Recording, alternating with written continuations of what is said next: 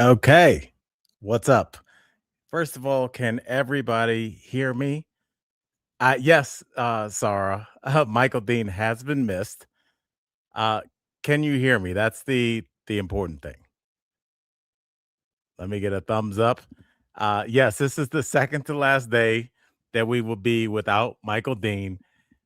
I think I finally figured out what is going on. It took a week, but here's what's going on my laptop, my sign in looks exactly the same as on my desktop, but it has to be a different profile. So I was looking at you guys chatting, saying, why is my computer's not the same? It's very boring. It's also frustrating. And I am also blurry. Let me fix that because I am a beautiful man. And we are going to get this going. That's even worse. Do you see what happens when SAR has the audacity to go to work? This is what happens. It's me solo. Tory is doing a little bit of work on herself. She is therapizing as we all should. So let's send her good vibes. And yes, Tory did pick the Knicks to win. And also, first of all, yeah, I said $100,000. ELC, thank you for correcting me. Each player got 531,000. And can you imagine playing a basketball game and even if you're gonna lose, you're gonna get 200 grand? First of all, that's a good way to get a what effort out of old Al. Because in between timeouts, I'd be like, how much does it cost to go to Ibiza? Yes, Tory did pick the Knicks to win. Tory is on this weird, crazy streak, and she is validating what I've always said, colleagues, in that I know that you can look at stats and you can look at trends and analysis, but something happens when people get on a field that is impossible to predict. So all these guys that make all this money predicting these games, I guarantee you no more than 5 or 6 of them have a better winning record than Tory does. And Tory also has a better winning record of picking upsets. These guys get paid a bunch of money to say, I think the team with 5 more wins than this other team, they have a good chance to take it. Yeah, good. Yeah, well done. Tory doesn't know which team's doing well. So she's going straight up off vibes. And shout out to her for doing that. Tory, I am so proud of you. You make we had um such a good time at the party, the Dude IDK party. And I'll tell you guys this, I'm going back and forth with something, and we're just gonna talk about this before because I feel like we can talk. What would you guys do if you knew two parties that are kind of dating and you think that they're right for each other, but you're not supposed to be butting into anybody's relationship, much less when you know both parties? Is it out of bounds for me to approach one of the parties and just be like, "Hey, I promise I will never mention anything that has to do with this relationship ever again, but I just want to let you know I think you guys are great for each other and I think you need a reset." Because I think that Tory and or anybody, has nothing to do with Tory. Let's just say any party. It's bad if it's like if you colleagues know how like me and Saw roll. Like, let's say we were dating, but I just got a relationship. It was a little weird. And I'm like, oh, Sarah hasn't called me in a while. And she's like, Al hadn't called me. Would it be okay in your eyes for Julia or Marcy or ELC or Kayabu to to like DM Sarah and be like, I'm not trying to be in your business, but I think you and Al will be a good couple? Or is it just like stay away? So I don't know. Okay, thank you. Yeah, Julia, it's very weird when you know both parties and you like both parties and you're pulling for both parties because you don't want to overstep your bounds. And I am a big fan of letting relationships take their natural course. But there's also a reason that in driver's ed, the instructor has a brake on their side, on the passenger side as well. And sometimes it's like they're gonna let you. drive and kind of scare you. But if you guys are about to go off a cliff, the driver's ed instructor can stop the car. And I'm sure he rarely pushes that brake. But I'm just wondering if I'm overstepping my bounds because I feel like I see people that I love about to possibly not follow a potential relationship to its natural end. If I, if it was kind of over in both parties, I wouldn't say a word. But I was just like, I think this is awkward. I think y'all need a reset. So we'll just we'll leave it there. And yeah, I guess it is. Here's what I was planning to do, Julia. And I don't care if I'm saying this online. I was going to write a one-way text to one of the parties. And the text was just going to be like, hey, I love you. You know how we roll. This is how I feel. I will not respond to anything that you say. I do not want this to affect our relationship. I just want to let my feelings be known, and I will step back. I will never mention this. I don't want to be a liaison or a go-between with this relationship, but it's a very weird thing when you're just like, that, you know, that could just be, I think they're good for each other. They're just kind of like not seeing it, but I know them both as individuals. And I think that, you know, I think that I just don't want to see something that has a lot of promise go away. All right. Well, let's get started. A lot to discuss today. Now, because Al was panicking before the show, does that mean that I didn't get everything uploaded into into the places it needs to go? That is what it means. But that doesn't mean we can't still get through the show the way that we always do, and that is together. So let's get to the first story that I wanted to get to. So let's do this right here. We have a lot of main stories. I should have played the romance one for that one, but let's do this.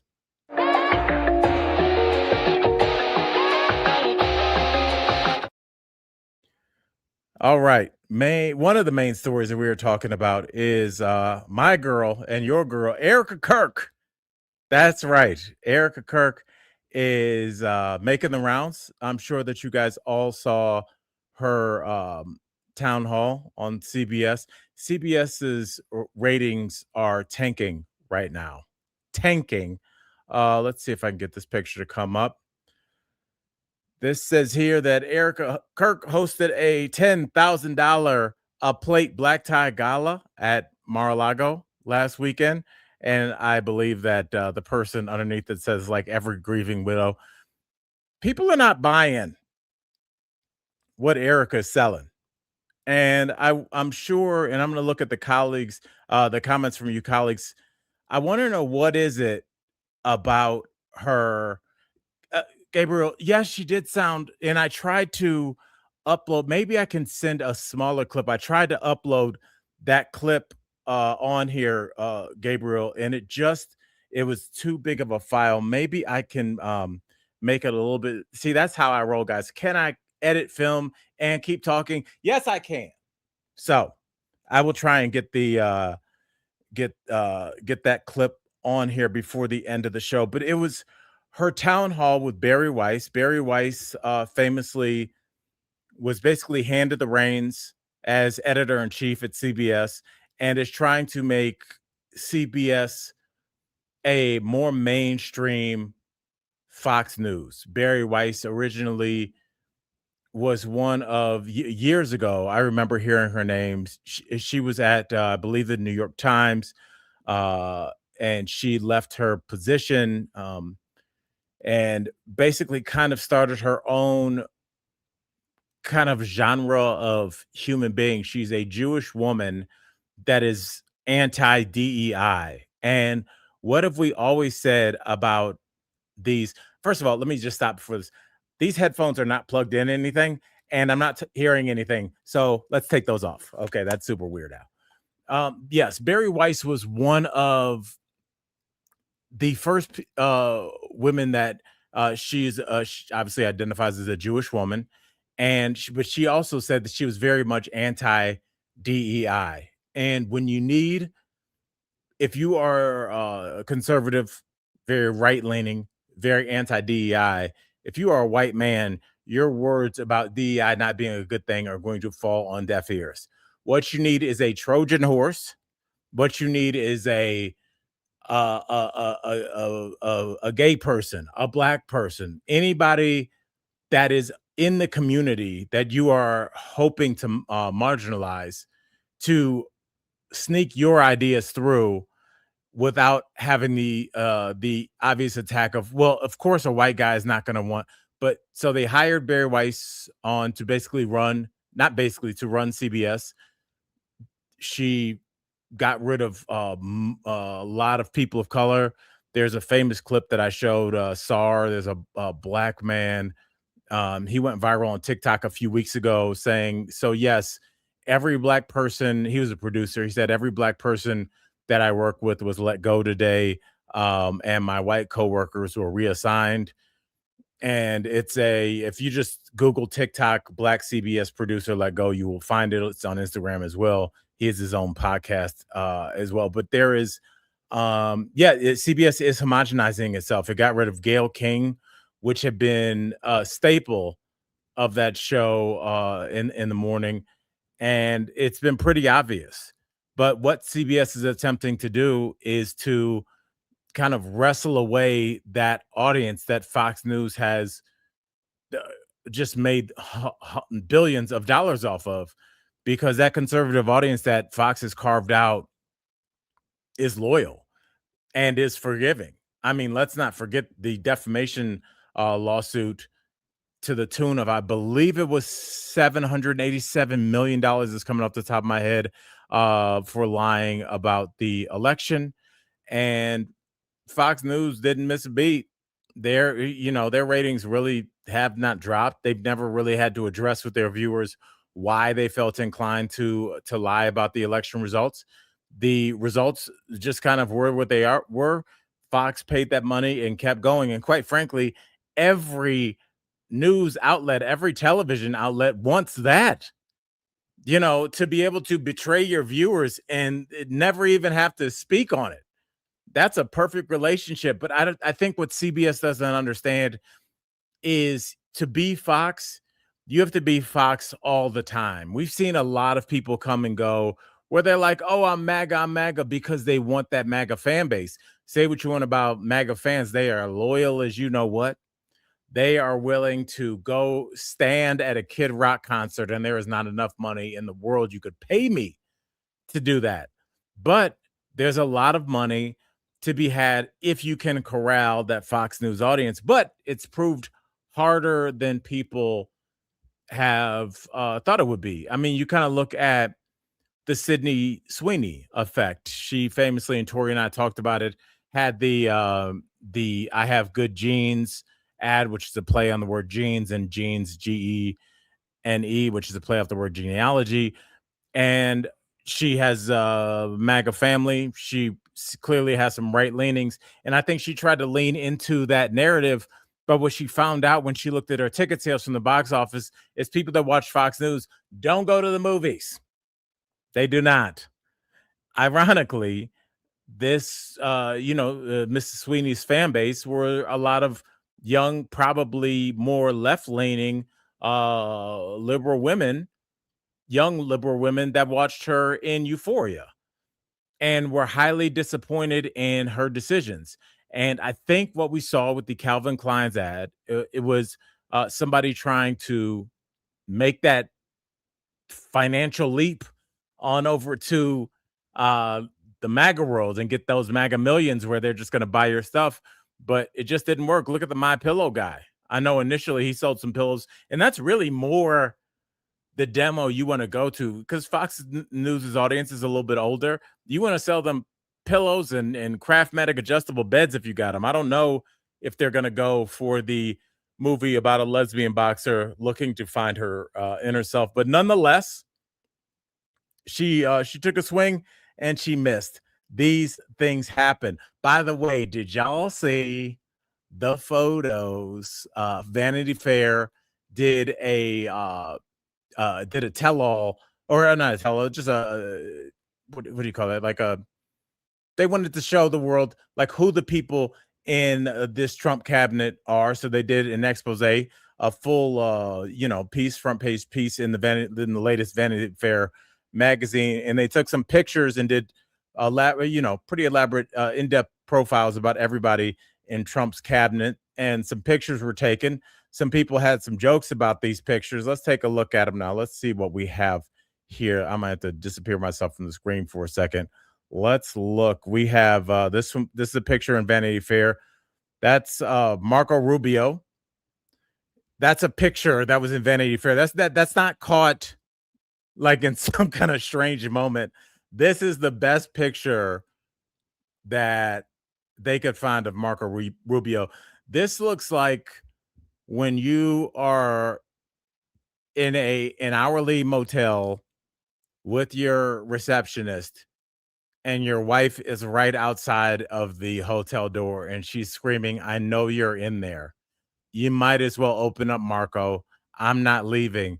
And you just have to have that moment while your receptionist is putting her stuff back in her purse and getting ready to make a run for it, when you're just reevaluating every step in your life that led you to this moment at a La Quinta off the highway in Chandler, Arizona. That looks like where he is right now. Marco Rubio, some could say, as we take a look at this cabinet, might be kind of the Trojan horse to get some of the ideas. Like, look, how could we be racist because we have Marco Rubio? Even though our policies are basically based around allowing mass men or empowering mass men, incentivizing men to put on masks, drive around the city, and terrorize pregnant women. There was a pregnant woman that was dragged in Minneapolis today, but all over the country, just to kind of make a show of it. I think at this point, even the most conservative of us, when we're looking at these ICE videos, do you guys see any drug dealers? Do you see any narco terrorists? I don't, unless they've all gone from what we picture as a drug dealer into 71-year-old women that are running a daycare that abuts a church. Now, if they have completely switched their MO, then I stand corrected. But I think that Marco Rubio every night has to lay in that hard La Quinta bed and just be like, was this the point? And him looking down, it's just such a weird picture to post. But it's not the only weird picture. We have Karoline Leavitt. This was the picture of Karoline Leavitt that was posted. Let me see if I can get it a little bit smaller. Let's see. That's very small. So small we can't see it, Al. I might have to post another. Yeah, they posted close-ups of them. This is not my doing. Trust me on that. And what they had with Mrs. Leavitt is they wanted to show, I guess, them up close and personal. This is weirdly, what you're looking at is not that much different than what you see on the screen. Really, the full picture was just her from about the bottom of her lip up to like a little bit above her eyebrow. So they wanted to show them up close and personal. And when I say up close and personal, I mean people like Stephen Miller. Good God Almighty. Good God Almighty. Terrifying. Definitely giving Goebbels, as the kids would say. A lot of people have said it's not too far out of the realm of thought that Stephen Miller is basically our de facto president at this point. And when you think about the fact that we have a president that has time to subtweet a man and his wife as their bodies are not even cold in the morgue, presidential duties seem to be far off of the table for President Trump. And so Stephen Miller has been left to do what, if any of you guys have seen those clips of Stephen Miller when he was in high school, he was yelling at, student council meetings that the Mexican janitors should be picking up trash and that the students shouldn't have to throw it in the can. That's what the Mexican janitor, he literally said that he has been detestable since day one. And detestable is one thing. I think just a lot of these people have personality disorders that make it so it's impossible for them to understand uh human beings and understand what makes us tick and not understand why we won't do anything to have absolute power. That's why I've said, and I was talking to a good friend of mine about this. I don't know if the electorate, which I'm part of, all y'all colleagues are a part of, all your families, all of us, the regular folks are part of. I don't think we understand our politicians. I really don't. I am a person that has been going on stage regularly for 20 years. I've and I understand that because I've met people that have different personalities when it comes to performing, that have different agendas with what they're talking about. And I think a lot of people still look at their politicians when they say, hey, New Mexico, Ohio, Texas, the residents of Ann Arbor, Michigan, whoever they're talking to, and they have the straight face and they have their partner next to them that's got a haircut that could fend off a grenade attack. And they sit there and they go, "Hey guys, I am here to lower your taxes and I'm here to fight for you." And every year y'all go, "I believe him." I'm like, "What?"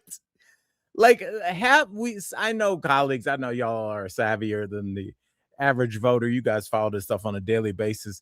Sometimes I'm like, y'all don't really think that this guy is here to fight for you. Do you think this guy is gonna make your life better? Look at that picture. Do you think this guy is going, as we have now, I believe the body count of boats that we have bombed in the Caribbean is at 80. So 80 dead people. And 80 doesn't seem like a whole lot to a country of 340 million people, but that's 80 dinner tables that now have an empty chair at them. Why? Why? Why? What's the point? Because he's a narco terrorist? That's by the way, and that did come to fruition. Remember, I said yesterday when they were talking about the war on fentanyl, I was like, I've heard this before, buddy. Weapons of mass destruction, heard this before, buddy. Fentanyl is Trump said that fentanyl killed 2 or 300,000 Americans last year. And I believe in 2023, the actual number was around 70,000. And in 2024, that number decreased from 70,000, definitely not 200 or 300,000. And whenever Trump says probably, that's always his way of getting out of anything. He says that or perhaps. Whenever he goes, perhaps the biggest amount of people that have ever showed up, that's his get out of jail free card. It's just like like last night, Sar is such a good cook. She's got that New Mexico in her. When she makes some guac, it just changes. It you just look at her and you're like, oh, this is what y'all like. My guac tastes like a dude from Ohio read a recipe. Her guac, just like she makes it while she's talking to you, and it's smooth. But sometimes little baby Sar don't be feeling like making that guac, even though she promised tonight. So baby, I need that tonight. But you know what? Like what she said last night when we were talking to her mom on FaceTime, she goes, "Yeah, I will make that probably." And that's her way of getting out of it. That what I'll do is she'll be like, you know, we should probably go and switch over our car that's on account at the dry cleaner. I'm like, yeah, we most likely have time for that. We're not doing that, but I gotta say that. And when Trump goes, perhaps 2 or 300,000 people, that's a way to scare Americans because that's all they hear is the number. But the number in 2023 was closer to 70,000. And it decreased because the Biden administration, the number of deaths decreased from 70,000 because he started doing what? He started making Narcan more available in places where they were finding that more people were overdosing, and we saw a decrease in overdose deaths. I personally saw Narcan used on a young woman that I found in an alley at my old apartment complex, walking back from a Browns game. I told you guys this before. I was walking down an alley just because I hadn't driven. I walked to the Browns bar to go watch my Browns. They actually won that game, and I thought I saw like a bunch of bags with clothes. When I got close, I was like, oh, that's a girl. And so I called 911, and when they showed up, the word Narcan wasn't on everybody's lips, but they hit that young woman. She was like a good look. Her clothes were not disheveled. She was not scraped. She really just looked like a young lady that was sleeping in an alley, but like had come out of an apartment. And they hit her with that Narcan, and she sat straight up like Frankenstein, and she was good. And I think that's happened a lot. So a lot of those um overdose deaths just turned into nearly overdosed, and that saved a lot of people. But because the Trump administration said that these boats have drugs on them, that gives them free reign to blow boats out of the shoot boats from the sky with missiles and kill the people on board without even inquiring what they have on their boat, who they are. There's a lot of people it's clear that a lot of them are just fishermen. And we're seeing, now the Secretary of War, Pete Hegseth, back up with a lot of when they're saying, well, can we see the video? And they're like, oh, man, I want to show y'all the video, but I had left it in my other jacket pocket. I know it sucks. So, speaking of things that suck, let's move on, because the Trump White House had the time to add some amendments to the presidential plaques. First of all, those frames are awful. Those frames are so bad. Anyway, he decided that underneath every presidential plaque, you guys can see right there in the middle the auto pen. That's a dig at Joe Biden. And I didn't get a chance to put this on the big screen, so give me a second while I look and find, because I want to get the exact quotes for what he said about each president. Here we go. All right. The White House portraits with the new plaques have new text underneath them. Biden's portrait has been replaced with a picture of an auto pen. Here's what Trump said about Joe Biden. You can see him right in the middle. It said, Joe Biden was the worst president in American history. All right. That's the first sentence underneath. He goes on to say, Sleepy Joe was by far the worst president in American history, taking office as a result of the most corrupt election ever seen in the United States.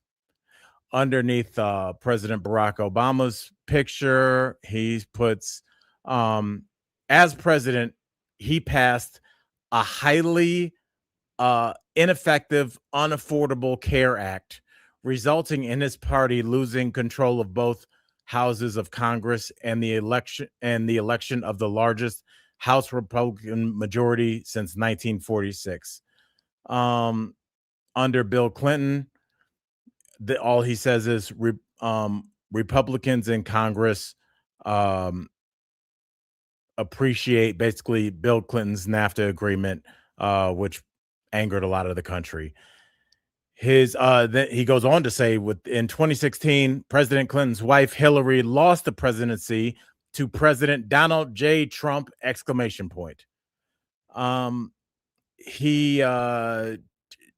was very nice to Reagan. He says he called him the great communicator, but you get the point. Our president is extremely petty, strange man. I wanted to know if any of the colleagues actually got a chance to see what he had done and what he's done to the White House. I believe, do I still have that picture from yesterday? Because we didn't get a chance to spend as much time on it as I wanted to. I guess I might have deleted it, but The White House is in a lot worse shape than I thought it was. The White House is there's only like maybe like a little bit more than half of it. The rest is just shattered, and it's kind of like when you have a father that likes to do, or any parent that likes to do a lot of home renovations, but does not care to finish those projects. He just smashed it and was like, "Oh yeah, I'm planning to finish that probably like in the fall when it gets a little bit warmer." So yeah, our I don't know if I've ever seen the country in such a disarray. Things are topsy turvy. And do you know what else is topsy turvy? The fact that Mariah Carey is no longer technically the queen of Christmas. She was dethroned. Her song, All I Want for Christmas, which I thought was just going to be the reigning champ forever in terms of Christmas songs, was dethroned by Wham's Last Christmas. That's right. Mariah Carey is now number 2. What do you guys think about Wham's?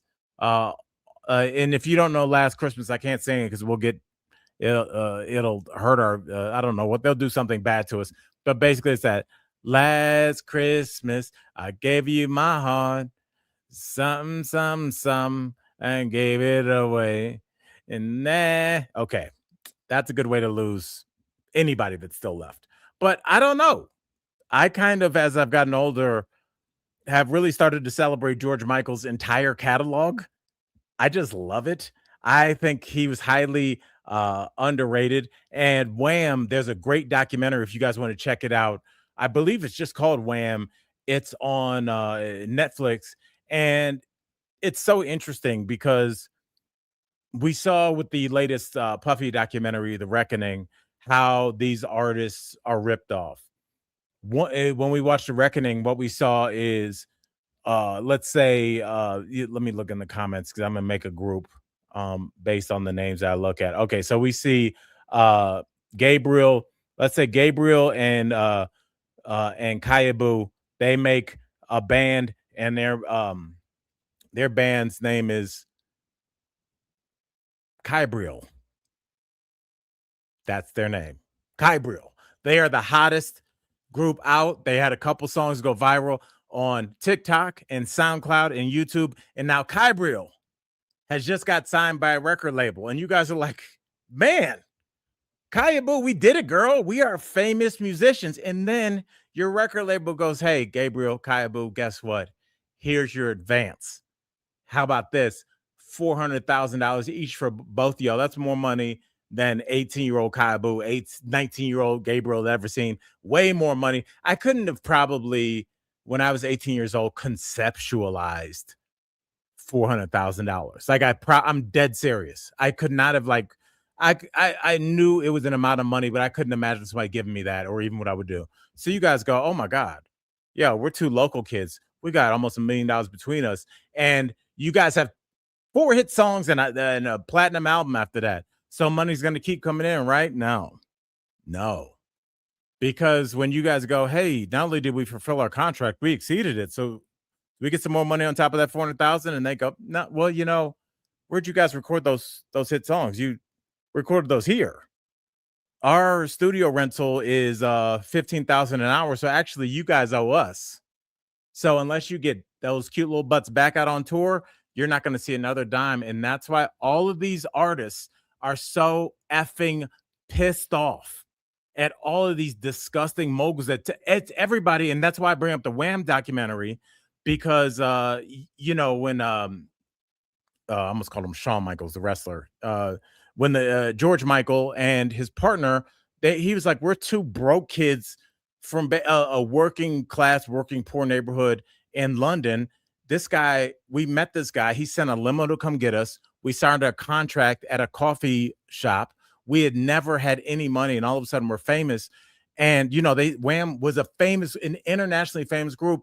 And there was a really interesting interview. They had done this show called Top of the Pops, which was basically maybe like the TRL of England back in the 80s. Like that was the show where, like, if you were the biggest actor in the country, you'd be on that. And one of the interviewers goes, wow, what does it feel like to have all this fame and fortune? And George Michael goes, well, and he's 19 at this. He goes, I can tell you about the fame, but I still live at my mom's house. I watched a documentary on Kid and Play, and they said when they got done with their countrywide tour on this dope tour bus, he was like, the tour bus dropped us right back off in the hood.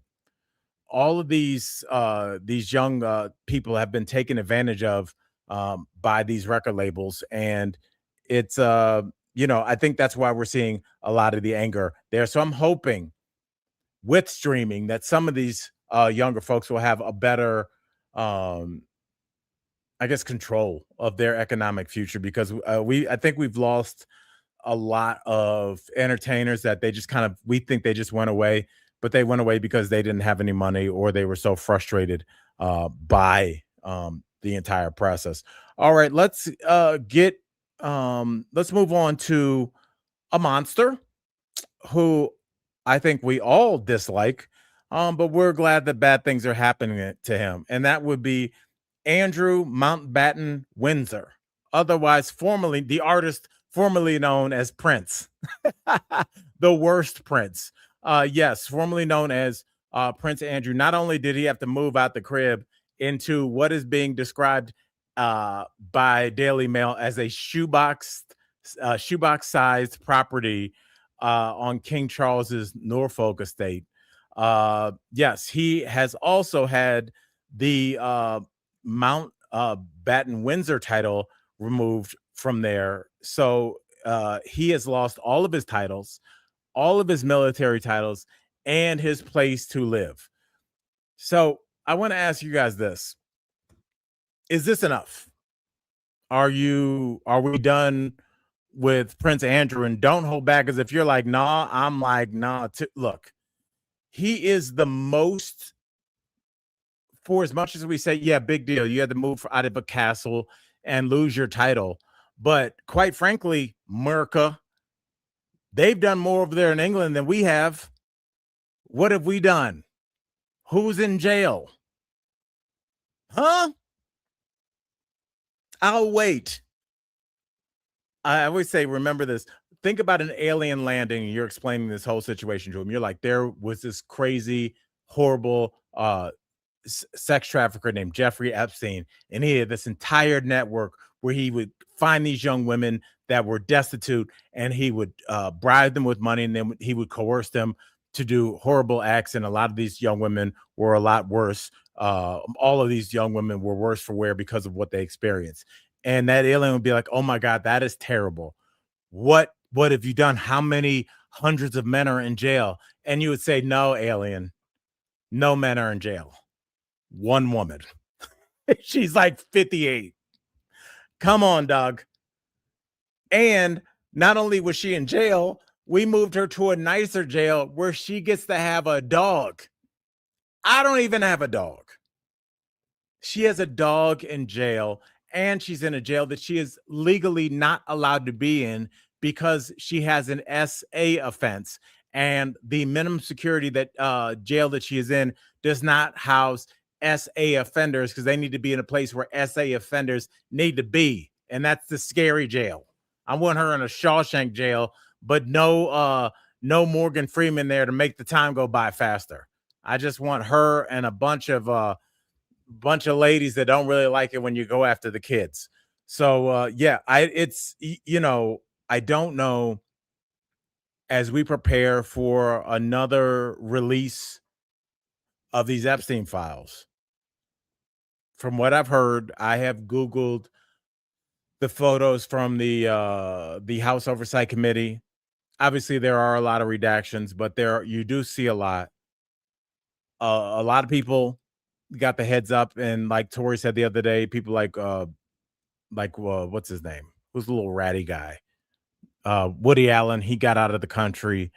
I feel like they're giving a lot of these rats time to flee the ship, because when this goes down, I would be very shocked if a lot of these people are not found in Thailand or any other country that does not have extradition. I can't believe it's taken this long. And the photos we got aren't even from them, really. These are photos that the Epstein estate released. So there, in a weird way, Congress and everybody is taking credit for like, here are the photos, but they didn't even release them. This is from the Jeffrey Epstein estate, so I don't know who's controlling that that Gmail account, but they're uploading some photos. And when there's 95,000, what they were saying is that there's also a lot of video, and there is video of people engaging in a lot of different acts. So if you think about what we saw last Friday with the release of the photos, is there any doubt, colleagues, that at some point near Christmas, that this is when all this is going to be released?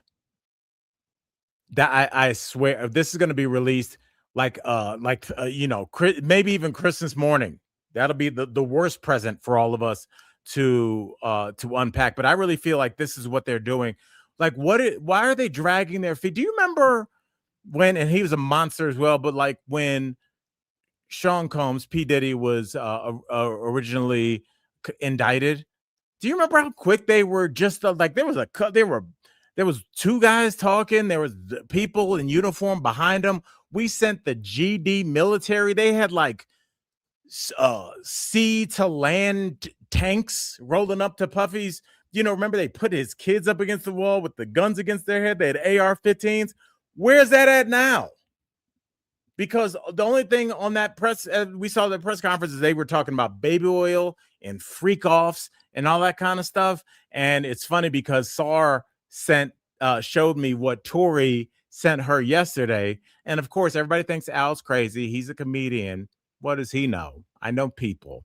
But what have I been saying for a long time? I've been like, how come we know freak offs? Everybody in this room, whether we want to or not, we know about that baby oil. Does anybody know remember the name of the guy that tried to kill Trump? I'll wait. I'll look in the comments. Do we know anything about him? I'll look in the comments. Anything about his family background and his siblings? Did he have a violent past? Where was he living? What was his living situation? Was he a gun nut? Had he does he have a tranche of all these different kinds of layouts? Had he been moving and looking for Trump all over the country? Was this a random act? What do we know about the guy that supposedly shot our president's ear off? Not a thing. Not a thing. Nobody knows anything that they don't want us to know. We just move on. And I would guess to say, and it's so interesting because, colleagues, y'all are more newsy than I am. My future mother-in-law, SAR's mom, is very newsy, CNN all day. And I doubt that any of y'all could tell me too much about the Charlie Kirk assassin. What's his name again? The only thing we got was that fake ass FBI letter that Kash Patel tried to put out. Remember that fake ass love letter that Kash Patel, when they were trying to pin it on the trans community?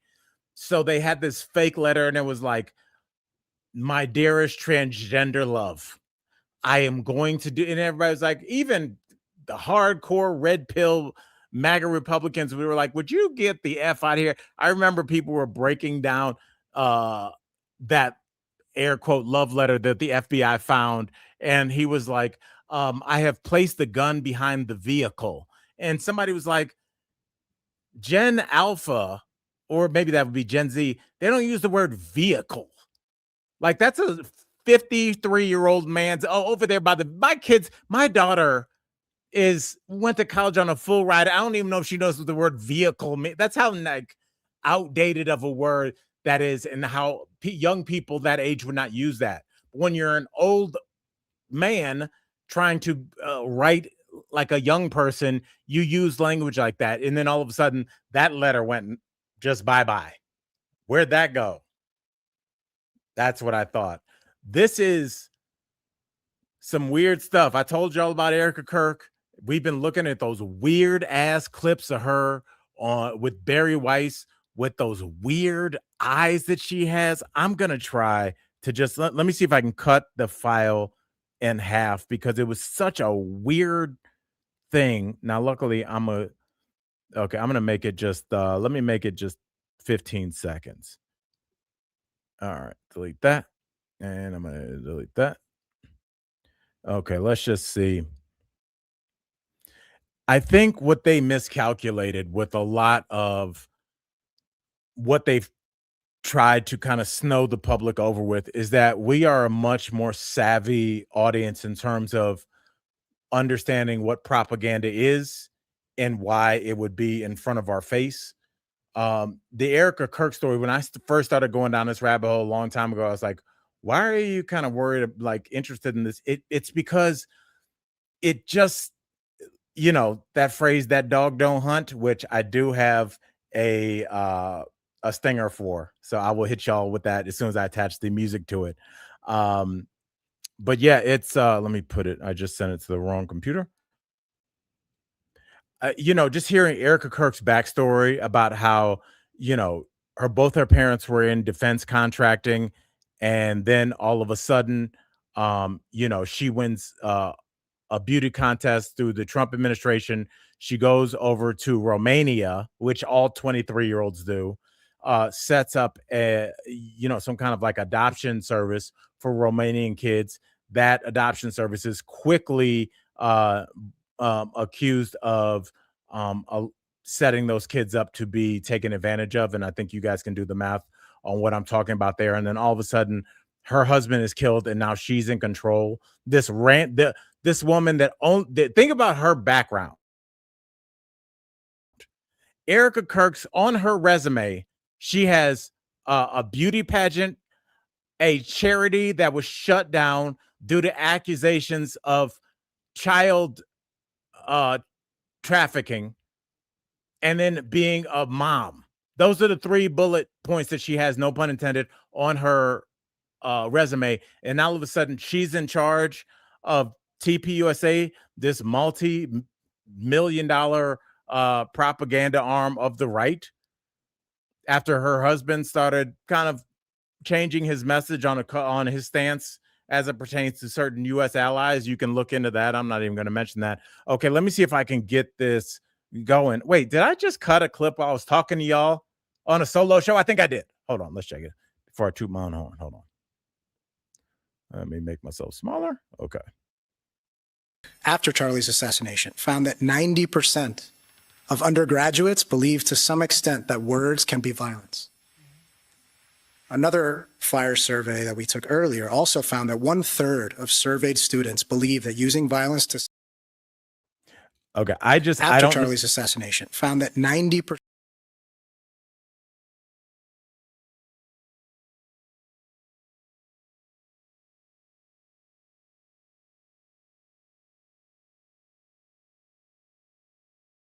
I saw somebody in the chat talking about Susan Wiles. What they just didn't calculate, y'all. That's you think I did that? That's the picture. Think about how you would be looking if you were about to have a Vanity Fair expose. Would it be that? Would it be that? We've been told that it's not nice to say the phrase crazy eyes anymore. But do you know why the word crazy eyes has existed for my long adult life, which I'm creeping up on half a century? Is because crazy eyes are a real thing. Crazy eyes are a real thing. And there's also these kind of eyes. Your eyes are the window to your soul. Now, there are also these kind of eyes. Okay. Now, come on. Who doesn't love that kid? I don't know why this is in here, but who would you believe? This kid, braces ready to go. First of all, the outfit I had on, we were at Sears. So, yeah, colleagues, let me just let you know that your boy's been balling. All right. We used to go right up to, matter of fact, we weren't at Sears. we were at a place, if you're from the Midwest, you remember there were chains, like Macy's is still around, but there were chains before Macy's. There used to be a chain called Higbee's. I used to go to Higbee's was like Macy's, I guess. I used to go with Marcella, my grandmother, God rest her soul. And that was back when you would go get those pictures taken. And I was rocking tortoiseshell glasses, knowing that they would come back 30 years later. And the outfit I had on, that was a designer, and their line of clothing was called Major Damage. So okay, so let me ask you this: do you trust her, or do you trust him? Do you trust him, or do you trust him? Look at that kid. Come on. Is he going to take your health care away? Can I just do the rest of the show like this without losing everybody, which I absolutely should. If you left right now, I would not blame you. But yeah, I just feel like there is a certain type of person that is drawn to this administration, and there's a certain type of person. I heard this guy on YouTube, and he said something that was really interesting. He was just kind of a guy in his backyard, but I do think everybody has a different perspective on what we're all living through and what we're experiencing right now. And what he was saying was, if Trump was a misogynist, he wouldn't have got elected. If he was a liar, he wouldn't have got elected. If he wasn't a cheater, he wouldn't have got elected. If he wasn't a racist, he wouldn't have got elected. It was that he was everything. That all the people that have some kind of personality disorder found something in Trump that they could identify with. And I think when I was on DBL, that's what really made me, on a day-to-day basis, I was just so taken back, because I'm sure I was like a lot of you guys, like, oh, well, the Access Hollywood tape, the grab women by the you know what, we're done, right? And everybody's like, yeah, well, he should be. But I kind of agree with him. And I was like, what? And then just like everything that was starting to roll out, what you realize when he insulted Megyn Kelly, or there have been so many huge scandals, many scandals, that it's hard to even, but every single one of them should have ended his career. His attack and his doubling down on Rob Reiner, which I do want to get to before we go, because you could tell his people were in a panic, and they were just like, hey, Trump, everybody hates you, and you need to kind of go out and fix the Rob Reiner situation, because it was the first time. And then Sarah and I were listening to the wrap-up show on the Megyn Kelly show. So these are just hard right, red pill Republicans calling in, discussing their disgust at this president. They didn't have that same smoke when he was killing people in the Caribbean. They didn't have that same smoke when it was zip tying children in Chicago, or all the horrible things. But it seems like the Rob Reiner and his wife being murdered, and the dancing on their grave, that really took Trump's hardest supporters back. I saw James Woods, who is a famous actor and very MAGA. He was saying how disappointed he was in his remarks. And I wonder if it's the first time that even his hardest supporters could not defend him, because I think a lot of MAGA folks, and that's one thing that I think MAGA has kind of softened their tone with. They talk about people that are addicted to drugs, but what they forget is a lot of their voters are rural, and drugs hit those communities just as hard as they did the cities, if not harder.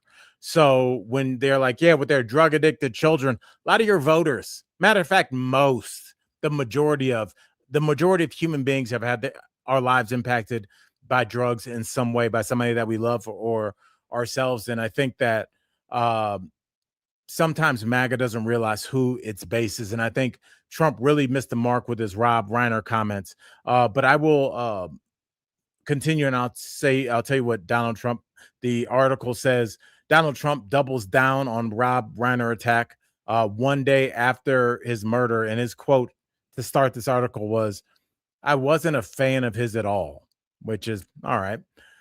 The president has criticized Rob twice since the Hollywood director and his wife, Michelle Singer Reiner, were killed Sunday, December 14th.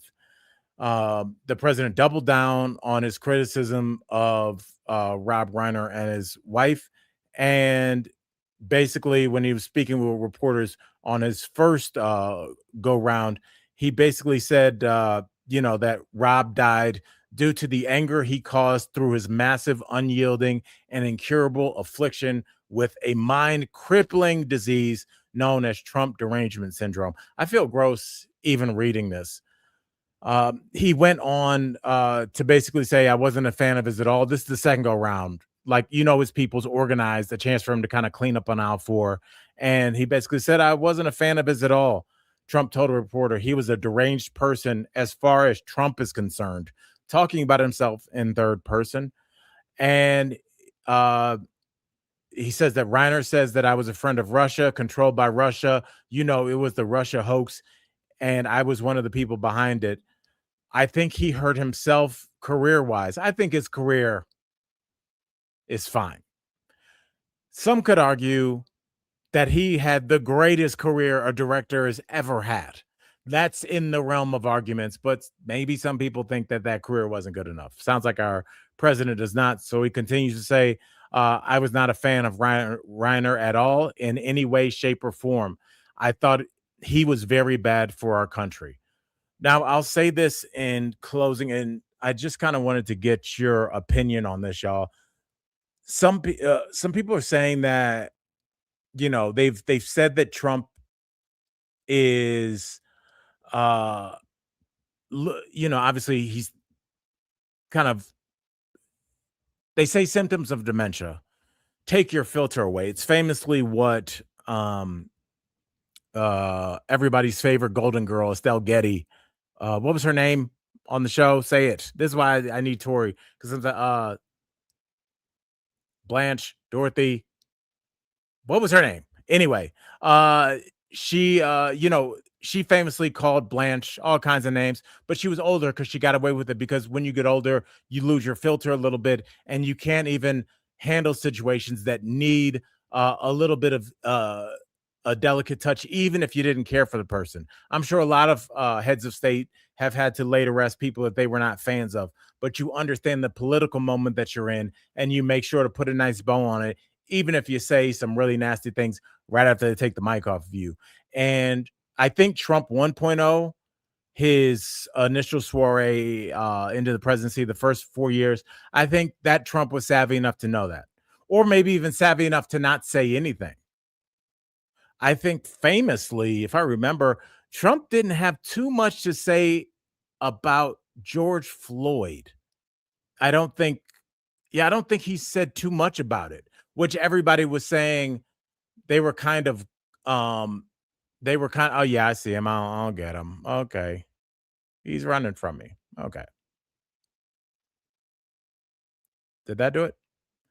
Okay. Uh, no, Dorothy was B. Arthur. What was Dorothy's mom's name? Did somebody say it yet? Sophia. Thank you, Kaya Boo. No. Who said that? Who said Sophia? I missed it. Oh, Sarah said Sophia. Thank you, baby girl. And yes, I think that when we watched Sophia and she would call Blanche and SLUT, it was just kind of like she'd be like, I'm old and I don't care. And everybody kind of had an old person that's like that. They would just say sometimes an older person, just because they don't have as much of a filter and they don't care about being PC because they're 89, they'd be like, this food sucks and it's hot in here. And everybody's like, oh my God, grandma. I think there's maybe something that we're seeing with Trump where Trump 2.0 doesn't realize or care to try and stifle his comments, even when it's wildly unpopular with that unmovable MAGA base, which is like 31% of the country. And I wonder where we're going to be in another 3 years, because this version of Trump is really scary. And I hope, I wish I could say that I was quite sure that we are headed for greener pastures, but what do they say? It gets worse before it gets better. And with people like Stephen Miller in charge, our reputation in shambles. We're clearly trying to start some you know what with Venezuela. We've already taken one of their oil tankers. How would that be covered in this country if one sovereign nation commandeered another sovereign nation's oil tanker? And why? We're not at war with them. For what reason? For what reason have we killed 80 people in the Caribbean?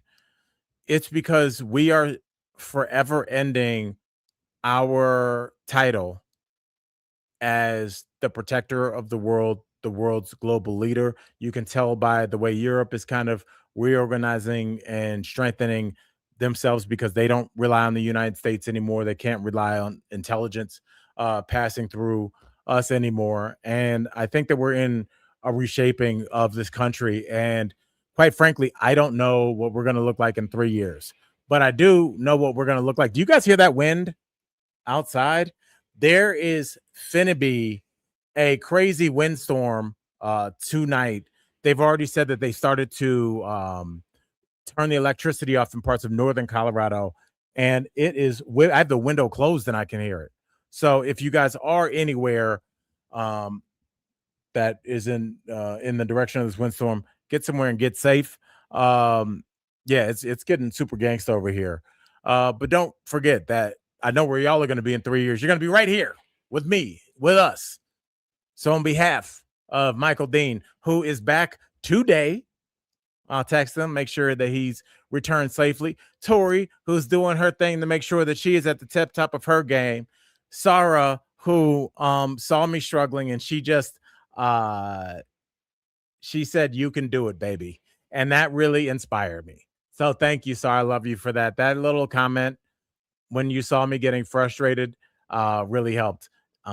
So wait, I thought I did ban File. Where is File not banned? Are they saying mean things? File, don't be saying it. Come on, man. You're too old. If there is somebody that's a troll on here, let me just say to any troll, think about like when you were born and the doctor placed you on your mother's chest and all the dreams that she had for you. Oh, this baby could be president. This one could be a doctor.